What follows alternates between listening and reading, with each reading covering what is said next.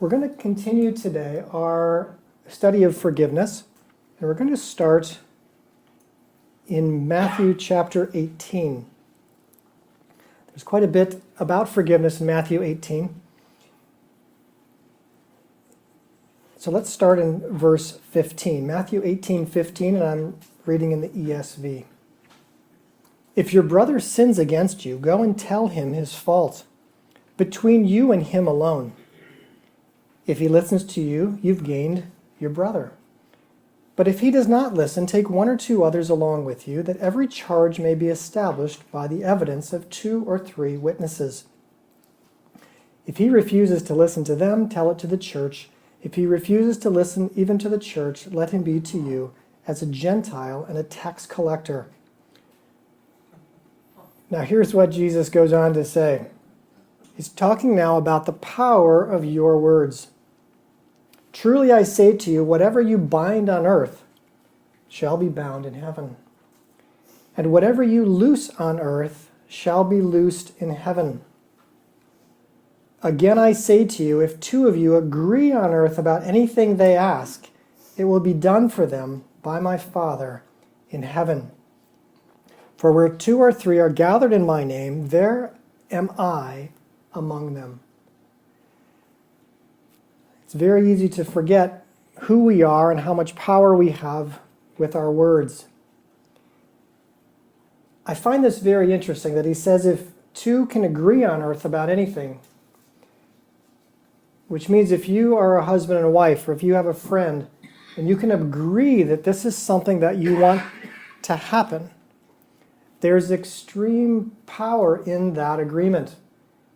And I'm sorry to say, it appears that getting that agreement is a big problem in our Christian communities. We just simply cannot seem to agree enough to pray about something together to actually decide what we want. I can tell you between Naomi and I, it's important that we try to decide what it is that we want. And having that conversation often takes time. You have to actually sit and discuss what is it that we want to see happen here. You can pray one of those blanket prayers like, just make it better, Lord. But if we want specifically, what is God's will in this situation? Because many relational situations are complex. And so we want to be able to listen to God and then agree and then be able to pray that prayer together, led by the Lord. That takes time and energy, more than most of us or many of us want to expend. So if there are issues in your life right now, challenges in your life, you're looking for principles, what should we do? It's a good idea to pause, to try to find someone to listen to God with you, hear from him, what is it that he's doing, what is it that he wants to see, and then using the power that he's given you with your words and with your prayers, you pray in that specific direction.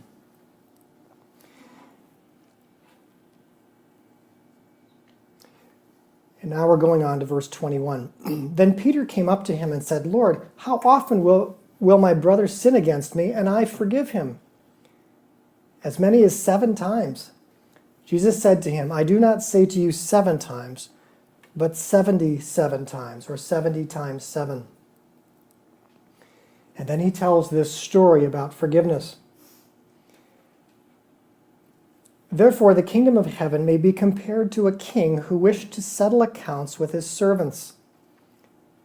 When he began to settle, one was brought to him who owed him 10,000 talents.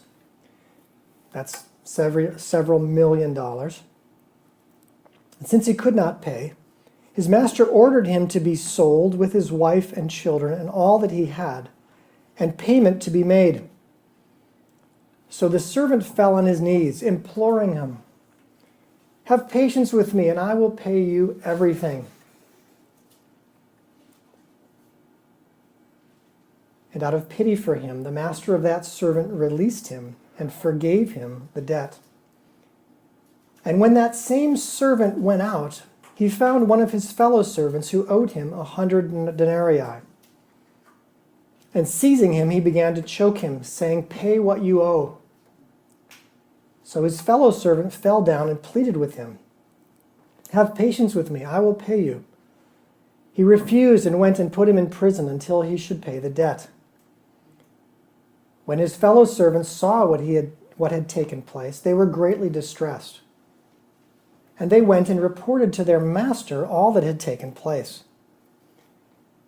Then his master summoned him and said to him, "You wicked servant, I forgave you all that debt because you pleaded with me. And should not you have had mercy on your fellow servant, as I had mercy on you?" And in anger his master delivered him to the jailers. Actually, the actual Greek is torturers, until he should pay all his debt. So also my heavenly Father will do to every one of you if you do not forgive your brother from your heart. Wow, that is a tough story. But a couple of interesting points about forgiveness can be made from this story. This is Jesus telling it. This man owed an enormous debt, millions of dollars, and he says, "I'll pay you everything."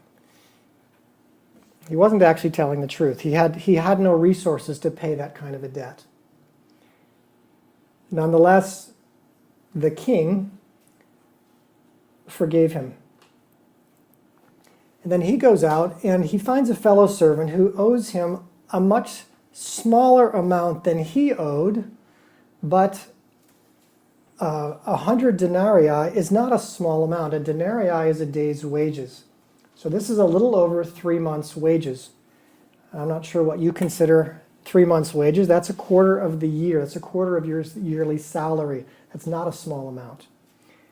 We talk about it like the man owed him $5 or something that's sort of something you could do without. If someone owes you a quarter of your salary, that's enough to irritate you.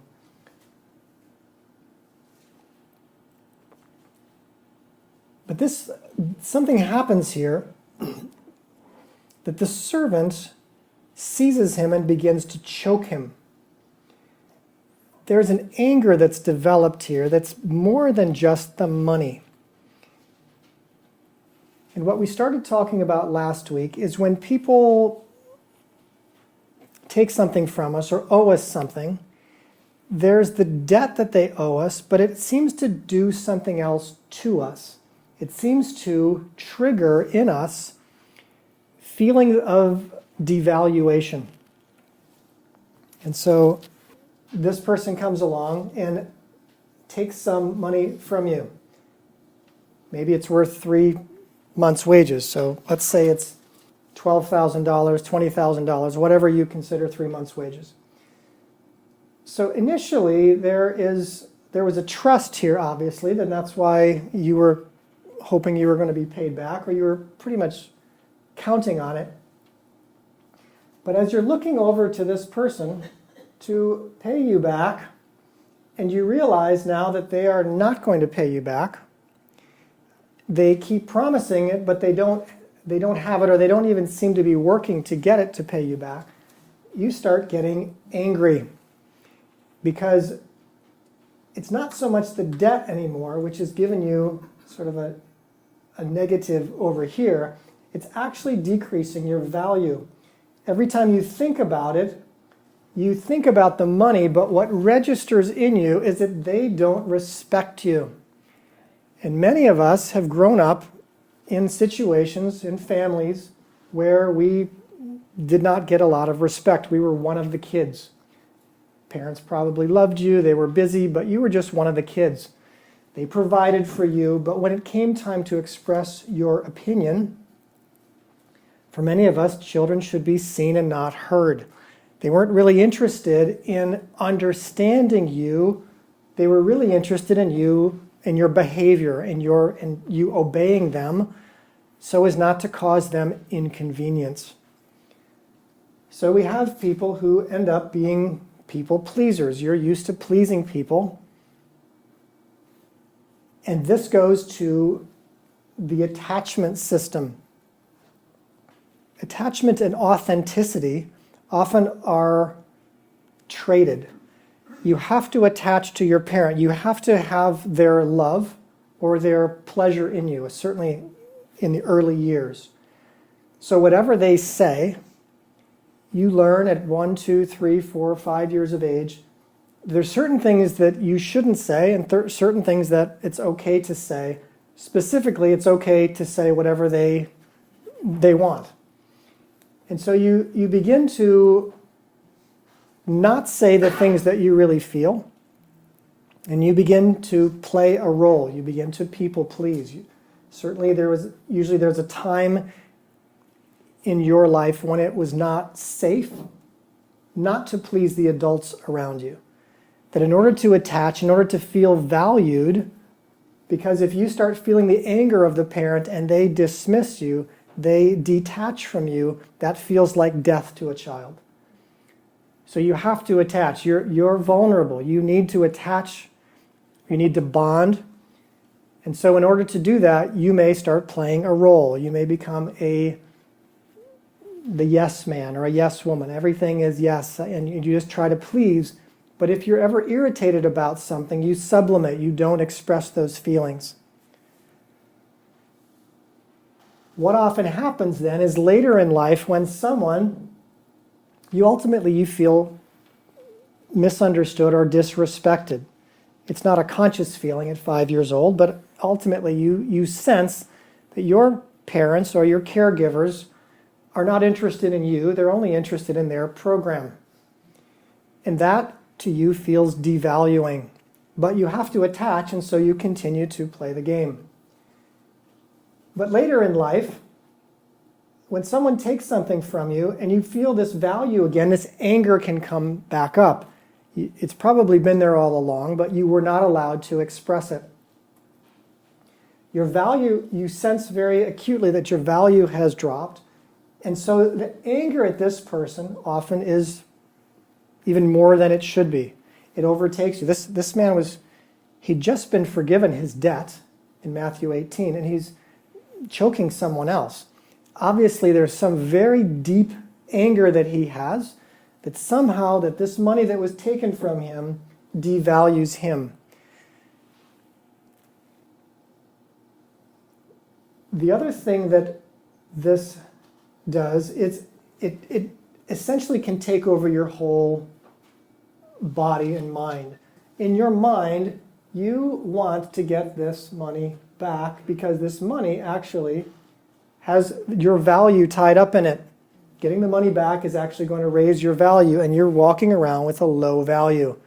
People with low value tend to become angry with themselves. I'm unworthy. Depression, a lot of things like that are common with people that have value, and they're looking to others to give it to them. Often they were looking for their parents to give it to them. They didn't get it from their parents. They started looking around for attention anywhere they can get it. And now people start controlling you with that attention. And you become a people pleaser. You hope harm comes to them. You hope that something bad happens to them. Your emotions, whenever you hear their name or you see their email or you see that they've been promoted or something good has happened, they have a new car, your emotions, you don't like it. That's injustice to you. So you're tied up in this. And the fact is, has an injustice been done? Yeah. This injustice has been done. This man was owed 3 months' wages. It's unjust. It's not right. It's not fair. And now we're going to look at what happens then when you have these negative emotions in the soul, the mind. You're thinking negative thoughts. You become very critical, not just of this person, but really of everybody and of yourself, because this energy is taking so much from you. You're angry with them, and you're thinking of ways at night how to get back at them, how to retaliate, essentially revenge or vengeance. What happens to the body with all of these thoughts? Probably you're not sleeping very well because you're spending most of the night thinking about what should have happened, what they should have done, and how to get back at them. And then when you're not sleeping well, what else happens to your body? We get sick. So God now is talking about forgiveness, and forgiveness essentially is letting this go. It's easy to talk about, very difficult to do.